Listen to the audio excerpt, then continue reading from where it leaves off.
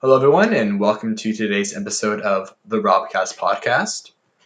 Here with me today, as always, I have my producer in the house, Joshua. Hello, friends.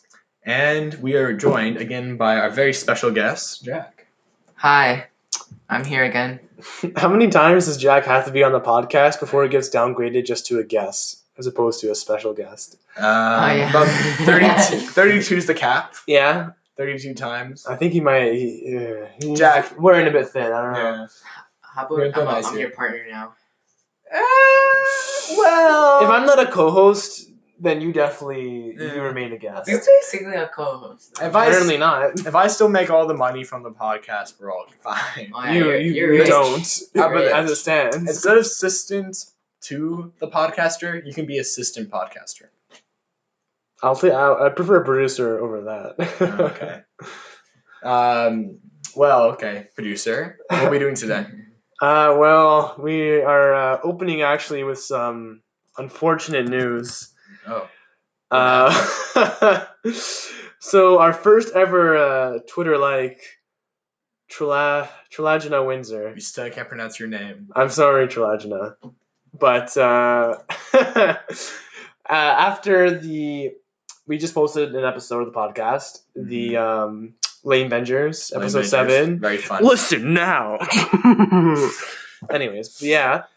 Previous episode, Inception, starring Leonardo DiCaprio, we talked about how Trelagina was our first Twitter and we're like, hey, DM us. Maybe you can send us an audio. We didn't say this, but Yeah. I was gonna be DM I was gonna be like, DM us. I don't know, because you're our first Twitter we can talk. Maybe in my head, I didn't say this in the tweet, but maybe you can send us a message that says, my name is Trelagina Windsor and I support the Robcast. Something funny like that.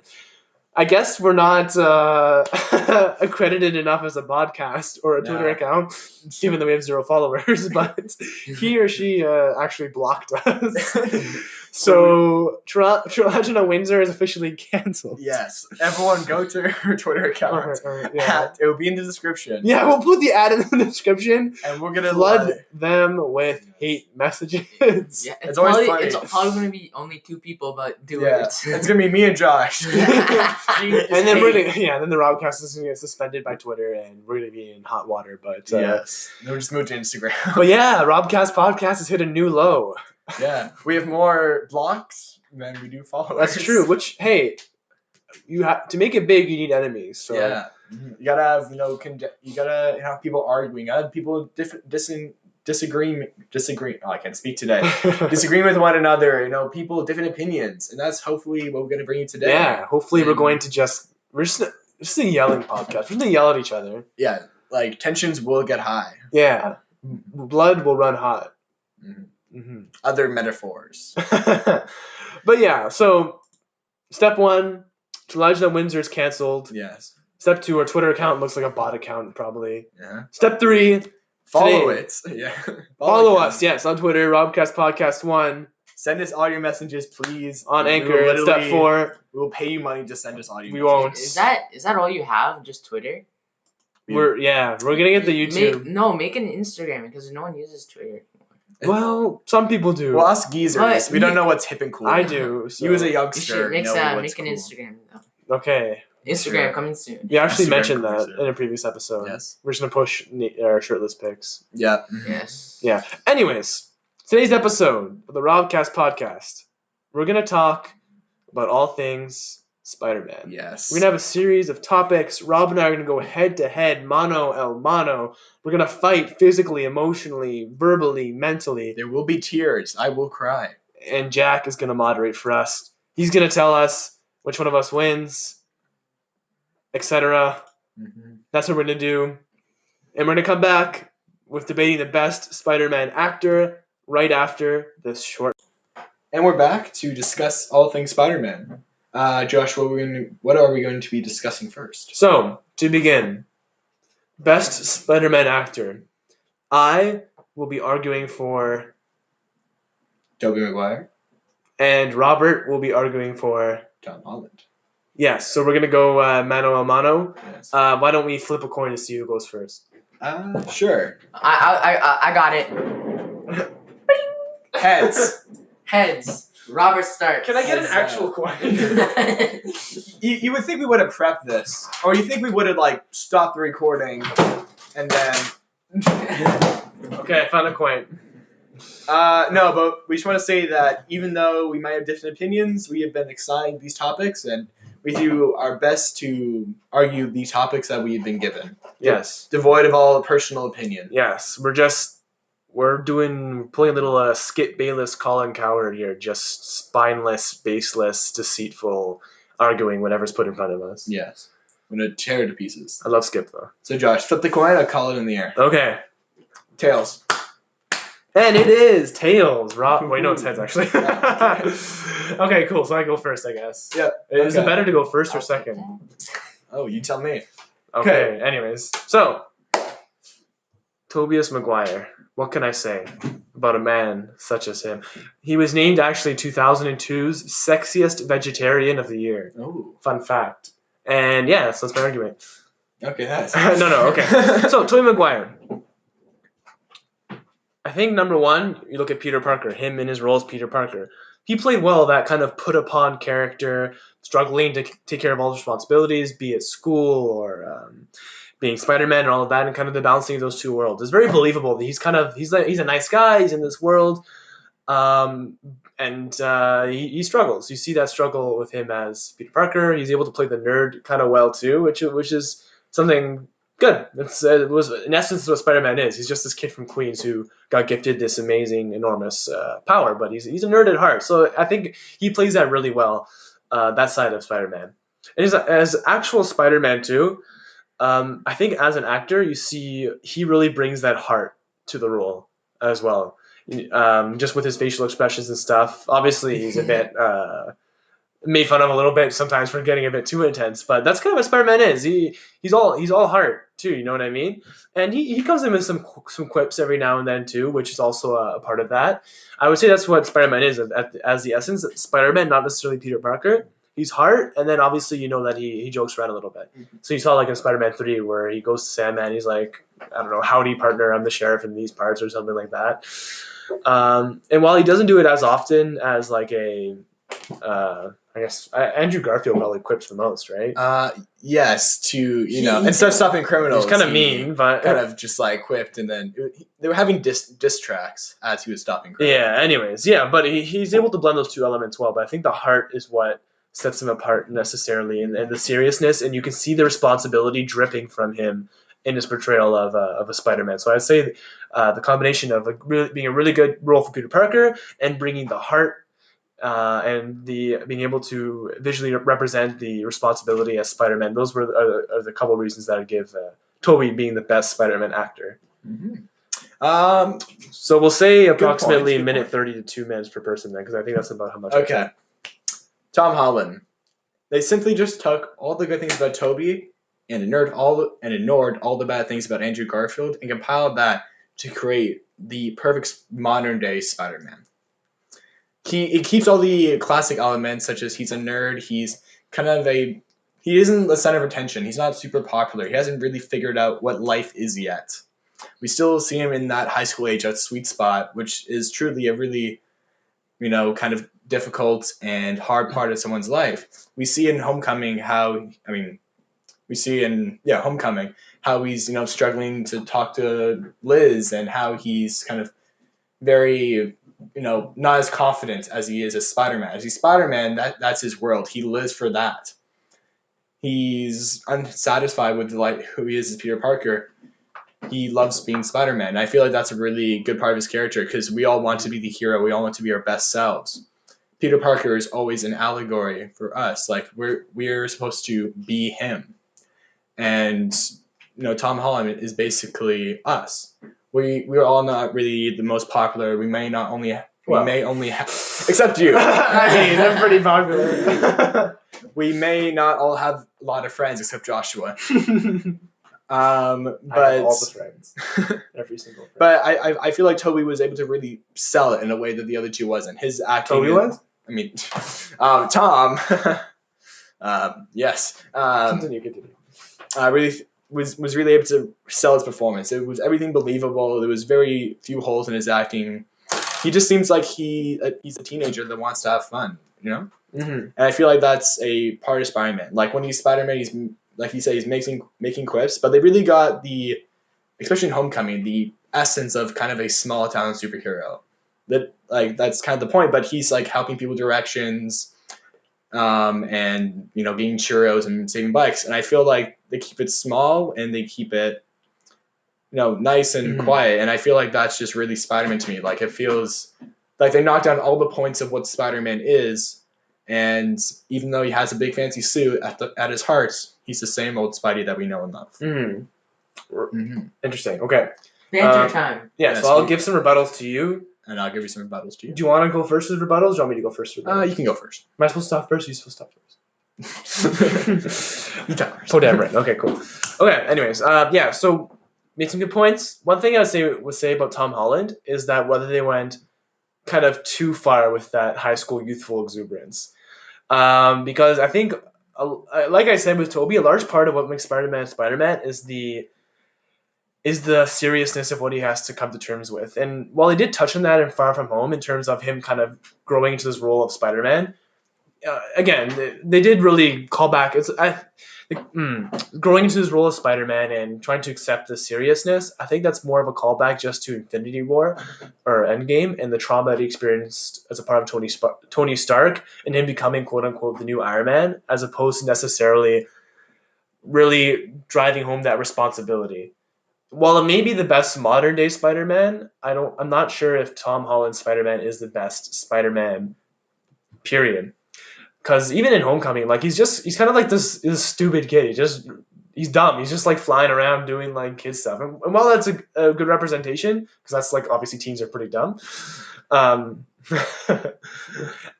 can contest to that. It might not be the best. It might not be the best for Spider-Man, because I really do like what Tobey brings with the seriousness and the gravity he's able to bring to that role, as opposed to Tom Holland, who's a bit on the aloof side. And in terms of people wanting to be Spider-Man, would you rather be like Tobey Spider-Man, having that sense of responsibility, and would you rather be Tobey Spider-Man, where you're Spider-Man, or Tom Holland's, where you're just this dumb kid who's Spider-Man? Ooh, I'd be a dumb kid. You want me a dumb kid? Yeah, dumb kid, Tom Holland. Yeah, it's dumb kid. Yeah, that would be my kind of rebuttal to that point. To respond to that, like we don't really see a lot of Tobey as in school. Like we see him in his final year of school, and we see him graduate within like the first 20 minutes of the first movie. We see more of an adult Spider-Man. We used to face more real world problems like rent and stuff. Mm-hmm. And I feel like we miss out on so much of that kind of classic, high school drama that shows like Spectacular Spider-Man do so well. Right. And what Spider-Man and what Tom Holland Spider-Man does, it's the kind of the high school hijinks, the Breakfast Club, John Hughes teen movie kind of mashup of it all. That a lot of the Marvel fans these days, they look and see, I want the most comic accurate version, and they look to Tobey because he is ripped out right at the page from the comics. But that's a good and bad thing, because if we just have the same thing forever, we have the same thing forever. Nothing gets new. Right. I feel like, given what we have, Tom Holland is kind of a new, fresh take of that. It's ripping off the Band-Aid for what we had so long about the same origin and TV shows, comics, movies, and everything. And we have this new, fresh thing going to new avenues and stories. They specifically did not want to do the Uncle Ben thing again because it was done so many times. So instead, they made Spider-Man's kind of hero complex around Uncle Ben in the background and kind of moved that forward as Tony Stark, and not having him become the new Iron Man, but having him become a new hero in himself, Spider-Man. But like, even though like you've seen the Tobey origin story a bunch of times, Tobey's origin story is still the best, or Tobey himself is still the best out of all those other things. He's like the best on-screen Spider-Man. That's what I'm saying. So I don't think that point's relevant. And another point I wanted to make was, come to me. Tip of my tongue. Was, so we also don't really necessarily see, I think, a key aspect of Spider-Man being that put upon aspect, being that they're like Spider-Man has to deal with all these problems, yet he still fights, yet he still moves forward, he still is Spider-Man despite it basically screwing up his life. We don't necessarily see that a lot with Tom Holland, I would say. because he's not necessarily a nerd either. Like he knows science stuff, but like he's a cute teen. He went to the homecoming with a senior as like a sophomore. That's pretty good. Like he got Liz Allen. That's pretty impressive. Yeah, because like he's in grade 9 or 10. He was in grade 10 in Spider-Man: Homecoming, and Liz was in grade 12. Like if you're like come on, that's pretty good. Personally, I feel like like damn, I wish. Yeah. You know, Toby like grade 10, I was like licking the toilet seats. I wasn't. What were you doing in high school? I mean, that's Screw Steiner. We're talking about Joshua's high school experience.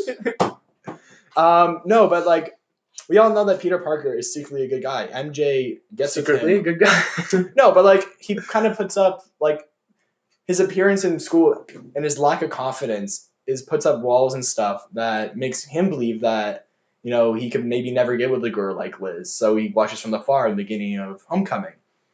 So that later on when he does get the courage through kind of the events of the movie and he's stopping the Vulture and stuff and he's trying to focus more on his own life than Spider-Man because you do have that duality in Homecoming when Tony takes away the suit. He almost gives up becoming Spider-Man and he focuses more on himself. But in the end you realize that he can't give it up when it's revealed that Vulture is his dad, which is an amazing reveal. I love that. Oh, that was awesome. Watching that for the first time was pretty sick. That's one of the all-time best Spider-Man scenes, I would say. Okay, just pause for a second. One of the criticisms of the Raimi trilogy that I might have would be that every single villain is directly related to Peter. Mm-hmm. In Homecoming, that's how you have a good relation that doesn't seem forced. Yeah. Green Goblin was good, Doc Ock was good, but the Sandman thing, Spider-Man 3 did seem a bit forced. Mm-hmm. Having him kill Uncle Ben. Yeah, I don't like when they retcon. And yeah. Anyways, back into it. Tom Holland's the best. I don't know. I feel like you said you don't have that much duality in kind of what the difference between in the trials and stuff, but it's more of a personal, emotional level than physical things like Peter can't pay his rent. Like he does have that, but it's more muted in the background. Like Peter needs another backpack. Mm-hmm. Like he's losing stuff. Like he doesn't have the money. He's a teenager, but I don't know. I feel like they're more going on to the emotional stakes and the literal. He doesn't have enough rent, so he has to deliver pizzas, and he gets fired from another job that Toby has, and Toby's constantly getting fired and stuff because of the Spider-Man. When you go and think about it, he could really just probably do a bit better. And you're losing your point there, Rob. That's my point. Anyways, Toby sucks. Yes, I got back to it. I think that's pretty much leaving it as a good point there. Yeah. Jack, as our independent arbitrator, make a few points about what you've heard before you give your ruling. Yeah. So first, Robert. I mean, who was doing good? Robert was doing pretty good. Yeah, Robert had some good points. Yeah, he was doing good. And then Joshua came in and demolished him at the end. Can you make specific points of what you've heard that you liked? What really swayed the tide? Well, Joshua kept on saying good stuff. Wow, how descriptive. This is interesting. This seems like very biased. Okay, so what is your... I paid him off with the coin that we flipped. Thanks. That's a mishap, damn it. Give me the coin back. Anyways. So, what's your ruling? Joshua, because Toby's good, He had some very good points, and Tobey Maguire wins, yes. Yeah, and Robert even helped him out, too. Robert started losing it a bit. At the end there, I'm like, oh, wait, but it's so good. I can't think you just start talking about pizza time, and you're like, damn, it's just the best. I know, it's like, start talking about Mr. Z's. Anyways, so, I win. Yeah. Robert officially sucks. No, I'm just kidding. This is the Josh cast. Robert's canceled like trash in the Windsor. yeah, exactly. Okay, excellent. So what is the next ultimate argument? So now we'll be talking about who would win in a fight. Rob will be arguing Tom Holland. No, Toby. Toby Maguire. I want Toby this time. I'm going to take Toby. And you know what? I think I'm going to be going Andrew Garfield. Really? Garfield? Yeah. So I gave Rob first pick. He chose Toby. But I went with Garfield over Tom Holland just because I don't think we've seen the full potential of Tom Holland as a Spider-Man in the MCU yet, at least from a powers perspective. Okay. That's my opinion. Anyway, so Rob, why don't you lead us off? Why would Tobey Maguire kick Andrew Garfield's butt in a fight? Well, we don't really see that many incredible feats of strength and durability from Andrew Garfield. Toby, we see him being destroyed constantly in every single movie. At the end of the first Spider-Man movie, we see Toby get whacked so many times in the head by Green Goblin. He's getting thrown through walls. He's getting explosions right beside his face. We see him getting ripped to shreds, but he keeps getting up. He keeps fighting. As Rocky said, it's not how hard you can hit. It's about how hard you can get hit and get back up. Keep moving forward. Yeah, keep moving forward. And he just and he can hit really hard too. We see him do incredible feats of strength. Stopping that train, that's no easy thing. No. Stats have been made, and that's been called the strongest action, stopping a train that's going 80 kilometers an hour. And But that's more of his webs, though. What do you mean? He's holding the web. holding it. Give us independently arbitrating. You're supposed to be making notes. Quiet, you. Doesn't that just rip off his arms? It's not really strength, to be honest. Yeah, he has to He's using his muscles to hold it so it doesn't rip off his arm. And olden times, you used to rip people Attila the Hun used to tie people's arms together and rip them apart. He's taking that, but okay. and then pulling it in. Yeah. No, you're right. I watched Night in the Museum the other day. I'm just Attila. Where is Robert going with this? Anyway, sorry. So you agree with me that he's incredibly strong, huh? No, I'm just saying Jack should go back to being an independent arbitrator. Continue. Anyway. Finish up your point. Yeah, he's incredibly strong. He's durable. He has everything he needs. He has unlimited webbing where Andrew Garfield will run out. Tom Holland has all the webbing he needs and is, organic webbing that comes right from his arms. Tobey Maguire. Toby, Tom, potatoes. Yeah, it's too difficult. Too close. The audience knows which one I'm talking about. The better one, Toby Maguire. Sure. Anyways, so number one. I'm supposed to be unfair to rebuttal you now, but okay, I'm gonna begin. So, number one, Andrew Garfield. I would say he's the most acrobatic Spider-Man. We see him routinely do crazy flips and stuff. Even the way he swings with his webs, he's able to do all these crazy flips, acrobats, really cool. And he does the cool thing too that I've seen in the books and the comics, where he's swinging on the web. And to make sure that he's able to get to where he goes, he climbs up the web as he's swinging, and does another one, climbs up it. So we see a lot of acrobatics and athletics from that standpoint. Yes, he can ride a skateboard. It's very impressive. That's true. Skateboard riding. That's true. And I would also say he also shows tremendous amount of heart and durability. He fights the lizard. He gets shot. And he continues to web sling, literally just webs it up, continues to web sling, climbs up a building. The lizard's a very brutal opponent, too. He gets cut by the lizard's claws multiple times. And the lizard's obviously very strong. We see him combat with the lizard in terms of that, using both his acrobatics, durability, and strength in that regard. So, why would I choose Andrew Garfield over Tobey Maguire? I feel that Tobey does edge Andrew Garfield in strength. I'll give him that. But the point is, Andrew Garfield will be able to dance around Tobey a little bit. And also, I'd say that Andrew Garfield's better at the quips, maybe distract Tobey. Tobey's never necessarily seen a villain of that caliber. Like Green Goblin, Doc Ock, Sandman, they're not as acrobatic and as moving around fluid as Andrew Garfield would be. So Tobey's always been the most acrobatic one in the fight necessarily. Green Goblin maybe, Harry's Green Goblin maybe, he's able to move around a bit more, but Tobey was able to maneuver quite well in that situation. So Andrew Garfield, I think, will be able to use his speed and acrobatics to get through Tobey's strength, so Tobey's not able to necessarily hit him as hard, and he'll be able to get through Tobey to punch him, and etc. Personally, I don't know, I feel like Andrew Garfield is just he's not really physically all of that. He does I think the strongest thing he did is lift a car or something. Mm-hmm. In the second movie. He lifts a police car and he's like, "Oh, I'm lucky you're not one of those cops. I ride a horse. Ha ha ha ha ha. I'm gonna go stop the bad guy now." And put on a fire hat. 70 people have died. When you're making that quip, 10 people died. But we see Tobey do incredible things, and Tobey is very he can move. As you said before, when he's chasing New Goblin in the beginning of Spider-Man 3, or he's being chased, kind of hard to tell in that scene. When he gives New Goblin amnesia by making his head hit a million times, he's going through tight alleyways. He's been able to gain up leverage and stuff. Like Toby can move fairly fast. It may not be as aesthetically interesting as the flips and acrobatics that Andrew Garfield does, but Toby can move. I know he can move. I'm just saying Andrew Garfield does it better. Like we see him do some crazy stuff with his webbing. Even in the scene that you mentioned, Tobey Maguire, he's still pretty much going in a straight line, and then he like flips around just like a cartwheel, or like he swings around. But like we see Andrew do a lot of crazy stuff where he's like going one way, then he webs the other way.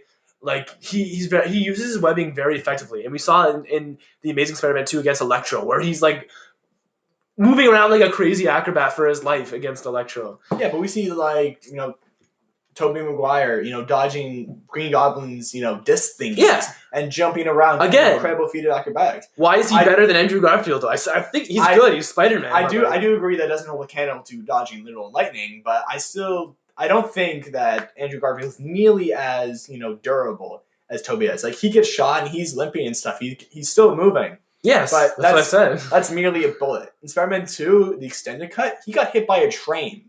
Yeah, well, it's just after being beat up in the face by like. Did the train go into his thigh like the bullet did? So imagine going headlong into a train. That's only the beginning of the fight. That's nothing. An extended cut. It goes. That was an extended cut. So extended cut is canon in my book. Because the extended cut contains J. Jonah Jameson. I'm pretty sure you got hit. Spider-Man suit on his desk, so it's canon to me. Sure, I'll allow it. But he's being punched in the face constantly. He got hit by a train, and then he's able yet to prolong and still give us his most incredible feat of strength and holding back that train and stopping it. So Andrew Garfield gets struck by lightning, literally gets beat up, thrown around the whole place. Then he's able to do literally the strongest feat we've seen him do. Hold up an entire clock while fighting New Goblin and holding Gwen.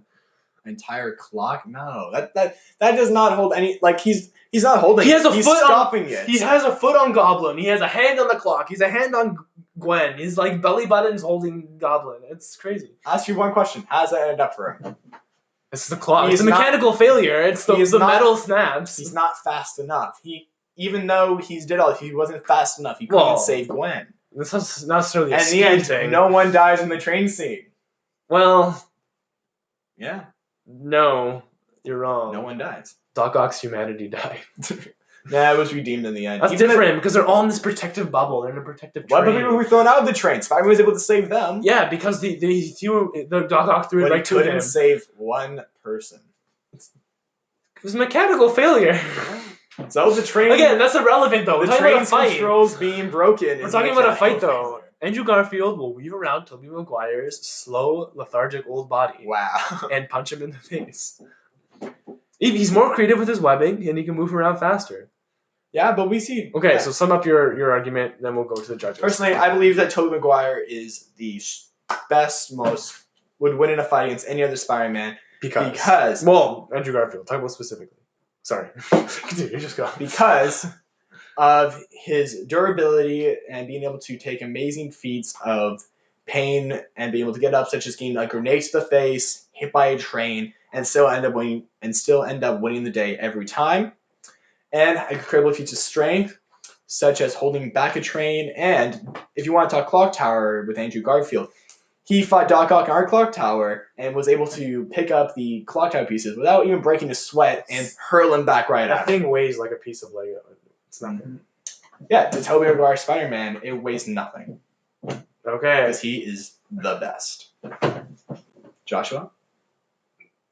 Yeah? Your points? Yeah, so, sum it up. Tobey, yes, he's stronger than Andrew Garfield. But Andrew Garfield is faster. He's more creative with his webbing. He's more acrobatic. So strength doesn't really matter if Tobey Maguire can't hit Andrew Garfield. Andrew Garfield, he's durable too. He can take a lot of punishment. He got shot. Lizard beat his face, scratched him up. Electro literally electrocuted him several times and threw him around the weird power yard thingy. So he was a rebel-proof suit. My point is, he magnetized the suit. The suit was electric-proof. Tobey Maguire's strength, his biggest asset, I would say, isn't going to be worth much if he can't hit Andrew Garfield. Okay, time. So, Jack, independent arbitrator. Yes. Independent. So, I'm gonna have to give this one to Joshua. What? Yes, because he's a weakling. even though So Toby's strong. Robert says Toby's strong and stuff. Yes. He is strong. But like Joshua said, if you can't hit him, what's that gonna He do? can hit him. He's incredibly fast too. He has lots of has acrobat abilities and stuff. He's really good with that and the webbing thing too. If Toby gets one punch on him, he's down. Wrong. No, he literally in my opinion he takes way more of a beating than What? Toby, because he's getting killed by a lizard. He has like a giant scratch on him, and like he gets electrocuted. Toby got hit by a train, and he got a grenade. That never happened. That's extended cut. Okay, He had a grenade, a hand grenade, right next to his face, and it blew up. That's literally like just getting a sun's ray on your face. No, it's not. It's a hand grenade. A lizard scratching your chest is a lot more than a hand grenade. You're right. Yes. It was a lot less than a hand grenade.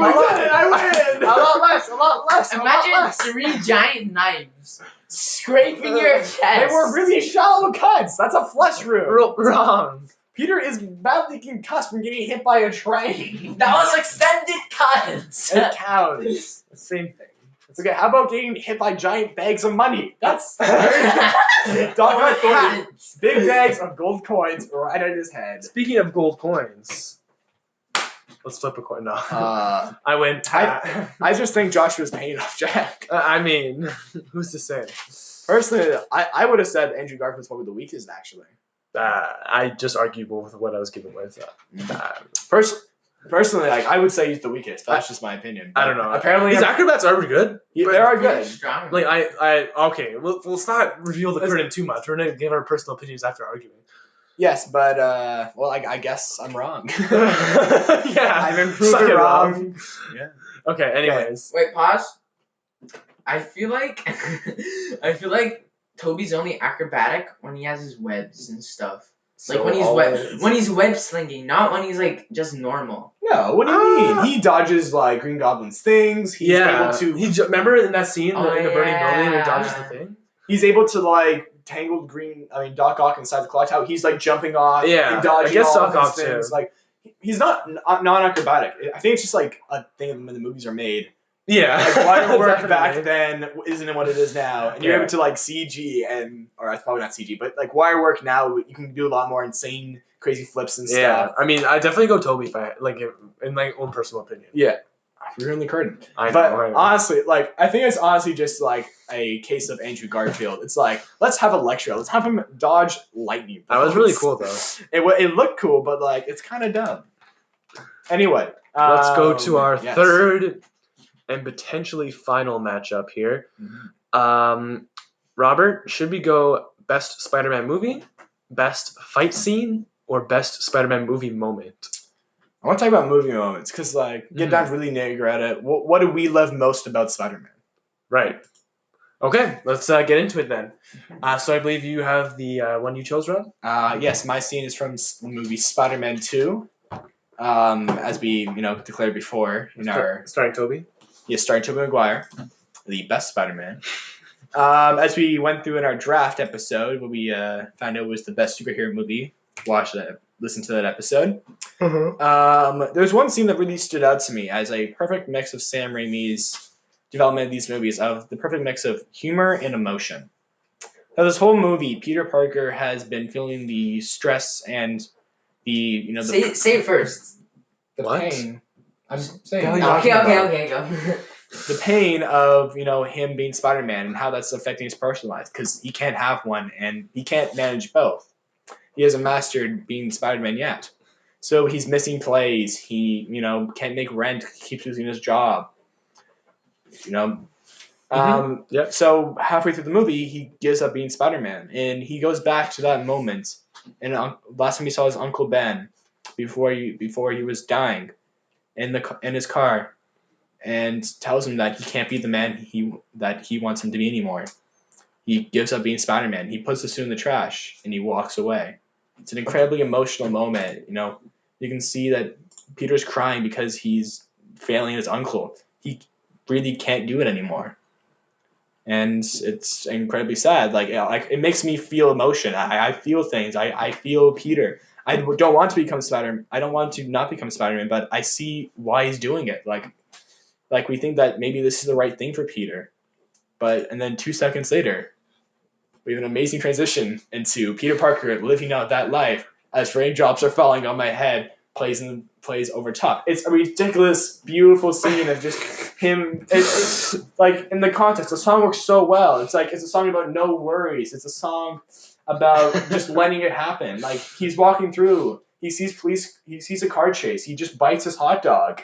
Like it's amazing, and then it freeze frames on a blurry picture of Toby's face, and that's like the it's incredibly blurry. It's like him mid motion.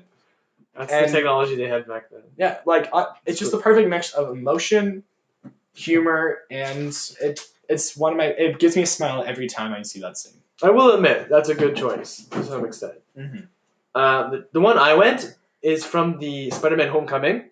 Okay. And it's the scene where Spider-Man confronts Vulture before Vulture's going to go and steal from the Iron Man Happy Hogan plane.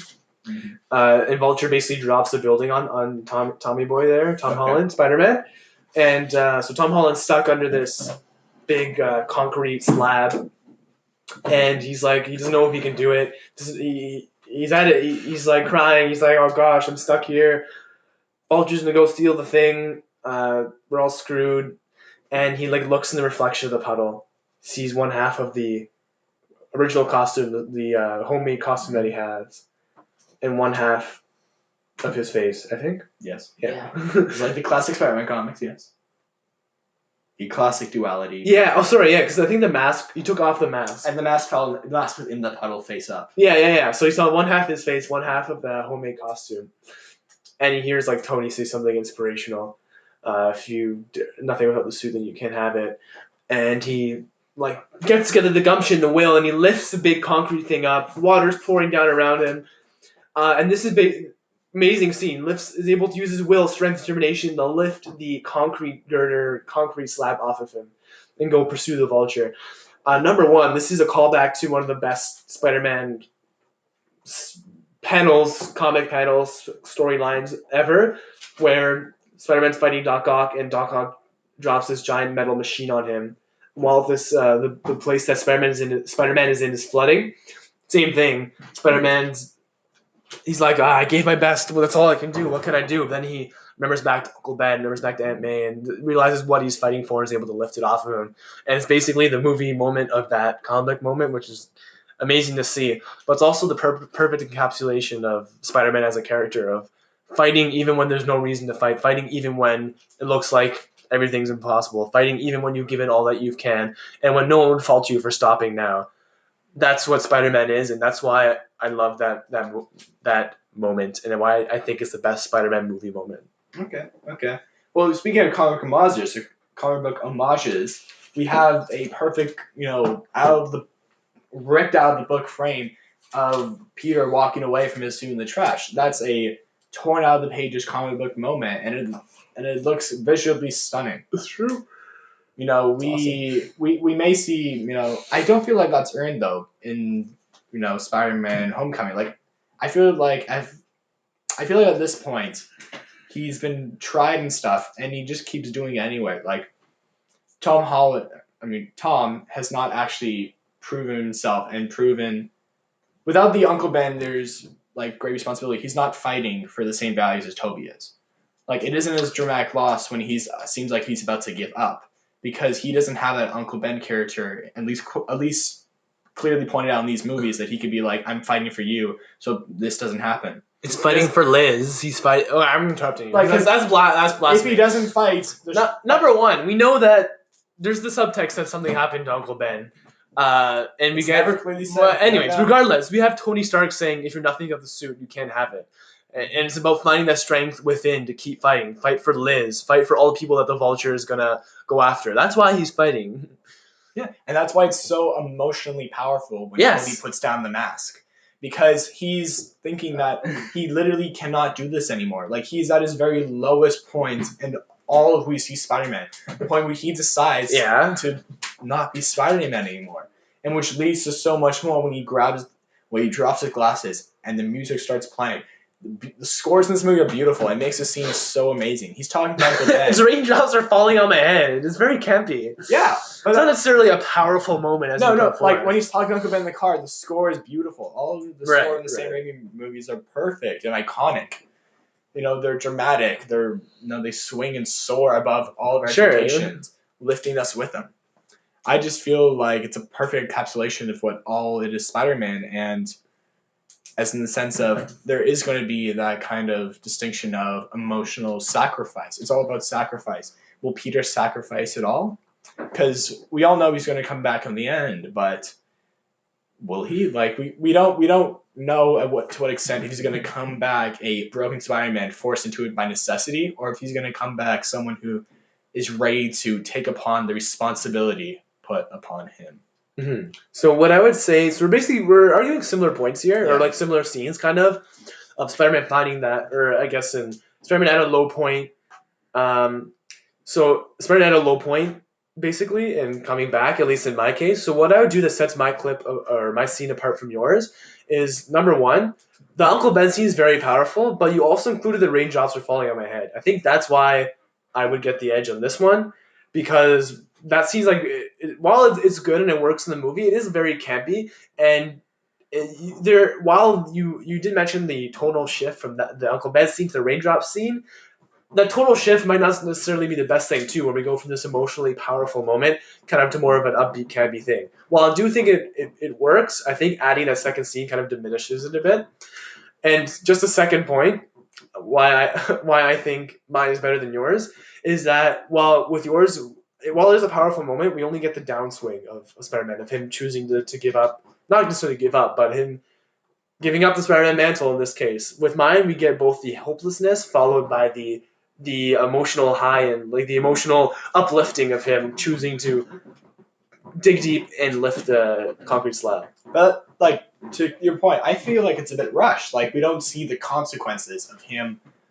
Like we see the consequences of Peter giving up this in the raindrops are falling on my head part. I feel like that's a vital part in making this whole.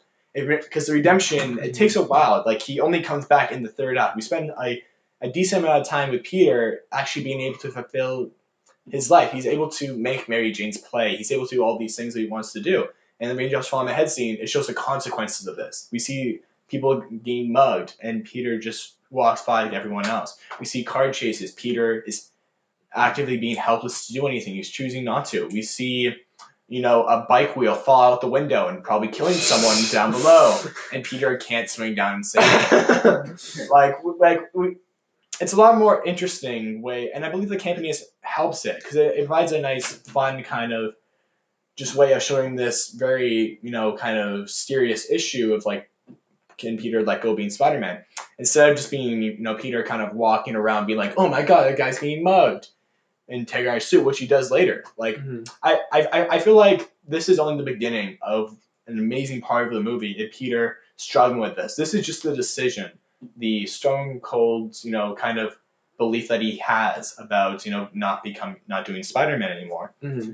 And if I can include that entire section of the movie, I would have a well thought out, incredibly, That's every half of the movie. Every single angle, instead of just except what you have, which is basically just a scene. It's like, oh my god, help me! I'm gonna get up now. Oh, come on! It's him. He says, "Come on, Spider-Man." Again, you see also. Yeah, number one, Jack. Whose side are you on? It's supposed to be impartial. It's impartial. Yeah. I paid Jack $700. No, but you see, he's just a kid. You see also part of, just to wrap up my point here, with my scene as well, you kind of see Tom Holland, he's just a kid. He's a teenage Spider-Man, right? He's this little kid who has all these responsibilities, and he gets overwhelmed. He starts crying. He's like, oh my god, I'm stuck. I can't get up. I'm like hurt, number one, because this huge concrete thing fell on me. And then we see him battle through it. We see him think it through it. We see him drawing inspiration from Tony Stark, from the fact that he's not just a kid. He's Spider-Man. Come on, Spider-Man. As he gathers the strength, he digs deep, and I think in that moment, he kind of truly becomes like the Spider-Man that he is. And we see that later where he declines Tony's offer to be part of the Avengers. He's Spider-Man. He looks out for the little guy, and that's who he's fighting for in that moment. Last thoughts? I don't know. I feel like we are arguing very different things here. You kind of the edge because it's a very redeeming moment. Mine's kind of a very emotional, and that's where I think mine really shines. It makes you feel. Mm-hmm. I feel like you have a good scene, of course, or you wouldn't be talking about it. But I feel like at the end of the day, when I watch that scene, I feel a lot more emotion. I feel a lot more stress and and seeing it for the first time, I felt a lot more, like there's gonna be some real consequences to this more than a giant beater falling on Peter because we know he's gonna get up. It's his movie. He's not gonna die. We know he's gonna stop the vulture. But in this, we see the consequences. We see the trials. We see him not only getting to a physical threat, but him going inside, reaching deep, and not only turning against himself, the city of New York, and leaving everyone behind. He's leaving Uncle Ben behind in his memory. And that's why I think that's the best scene in all of Spider-Man. Ding, ding. We gotta ring the bell. Ding, ding. Rocky 3. Okay, impartial Judge Jack. Impartial judge being hit Independent off. arbitrator. Okay, so I think I'm gonna have to give this one to Joshua. Okay, I'm the best. I am walking out. This is the Josh cast. I'm walking out of this room right now. Walking out of our recording studio, which is the closet. Our recording studio. Yeah, we just record in a closet. It's Yeah. it's kind of tight and small. I have Joshua's ties In the dark. on me. Yeah. So Okay, why are you gonna give it to Joshua? Okay. Yeah. So even though it might be emotional, and whatever, and stuff, and it's comic book moments and stuff, and it makes you feel and stuff. But Joshua's is better because he kind of got you there. Wait, what? I forgot my train of thought. Yeah, but it's arguing different things. But the point of don't argue with the arbitrator. I can change his mind last minute. We have no rules here. Oh, he kind of gets you on the bad shift thingy. What bad shit? Well, from the emotional scene to the raindrops falling on my head.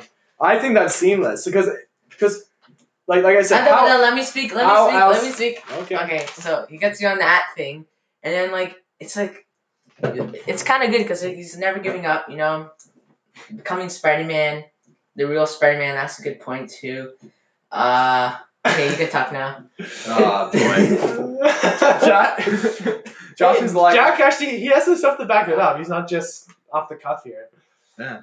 Yeah, no, that's And it's not really a scene. It's kind of like half of the movie. No, I wasn't talking about half. You the did movie. I was choose talking- two scenes. No. Yeah. The Uncle Ben scene and Raindrop scene are two scenes. And You're on. We never said. You're disqualified. Or we specify. I agree with you. That's actually a really good scene that you picked. The Uncle Ben scene is Yeah. such a good scene. That's one scene, not both. But it ruined Okay. it. And also I obviously I say that for sake of the argument, and it can be argued that it is For instance, total shift, I love that scene. but it does work. Yeah.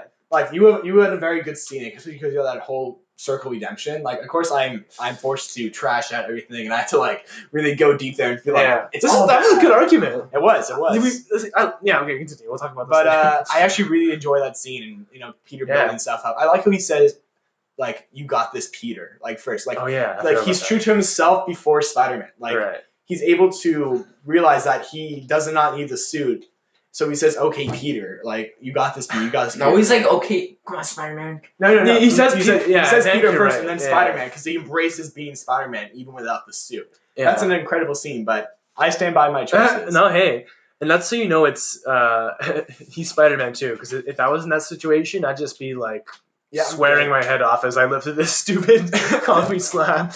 Josh would be one finger, just the entire slab. Well, I'm pretty strong. I work out, and my biceps are quite big. I did 700 push-ups for the podcast. And you so. just blew up everyone's eardrum. Okay. I am the strongest man alive. No. So we're 3-1. kidding. Joshua, I think you win for 3-0. today. 3-0. Yeah. I get a point for being here. And Yeah, You that's get a true. point 'Cause you're the for being host. sport. I get a pity point. How about we take a break and then we'll talk about what we're doing this week. Let's finish up. So everyone, what were we reading, listening to, watching this week? What did I read / watch this week? Michael Jordan documentary. Been getting through that. Really good. Really cool. Especially as a basketball. I'm not a huge basketball fan, but I do enjoy basketball in the NBA. So yes, I would class myself as a basketball fan. And as a so-called basketball fan, I would say it's quite good. So as a fake fan, you only watch this when the Raptors are good. Wrong. wrong. But yeah, I watched Halloween 5 the other day. Ooh, interesting. It's really bad. But Halloween 4 and 5 Halloween 4 and 5 are just boring. Mhm. Like, so they're bad. Like, they don't do anything interesting. And Halloween 4 and 5 are also basically the same movie. Mhm. But yeah, so I'm just trying to get through it so I can get to the good stuff by Halloween. Get through the bad ones now. But yeah, how about you? For anyone listening, like a long-time listener, because I know all you guys are long-time listeners. Of course. I recently finished the Batman comic Hush, finally. And you guys think is like, Robert, you said you're going to start reading that like 5 episodes ago. I literally just like took this weekend. I read it over like the course of 2 days. But like, it's really good. Some like peak Batman storylines, especially for Batman as a character, going into kind of his relationship with Selena Kyle as Catwoman. And it's a very good comic. If you have the ability, definitely pick it up, read it. It's very good. Besides that, I'm looking forward to a community kind of get together where they're going to do a script read of a episode. They got everyone, including Donald Glover. Oh, it's sick. Yeah. And kind of this COVID-19 outbreak, they're getting together to read a script on May 18th at 3 p.m. If any of you guys want to do it on the community YouTube page. Oh, they're reading an episode from season 5, Cooperative Polygraphy, which is a bottle episode, meaning the cast remain in the same room throughout the episode. Oh, I watched the original bottle episode. The original? With the Annie's pen. Oh, Annie's pen. That's literally I love that episode so much. It's pretty funny. So we recently fixed the original Xbox that we had, and we got the original Spider-Man 2 game. Ooh, so it's been very good. I've been trying to finish that. It's really fun. It's good, and I think I'm on like one of the couple last levels. It's good. Yeah. We don't have the PS4 one, but we do have the original Xbox. It's quite good. I've been playing it as well. No, like the PS4 Spider-Man game. Yeah. Spider-Man, it's good. It goes on history for one of the best Spider-Man games, except for its amazingly hard balloon missions, which have been pretty simple so far. I don't know with all the hubbubs about it. Me and Jack have been. It doesn't even matter. You hardly even get into. Okay, this is not a video game podcast. This is not a Spider-Man 2. Actually. Yeah. It kind of is the Spider-Man 2, official Spider-Man 2 podcast. High Top Films at us. We are now the new Spider-Man 2 Spider-Man podcast. 2 Raimi podcast. No, we're the number one Raimi fans now. True. Facts. Okay, so I think that wraps things up for today. Tweet at us at RobcastPodcast1. Send us emails, robcastpodcast1@gmail.com. Send us audio messages and or money on Anchor, Robcast Podcast. We love you. Adios and goodbye. Toodles. Okay. Yeah. Well, the recording's off. Should we, get a bite to eat or something? Yeah. Actually, I'm gonna go downstairs and just raid my fridge. Start kissing the cereal box. Yeah. I actually got my first kiss before this podcast. Did you actually? Nice. Hey. Man. Yeah. Wait, is the recording still on?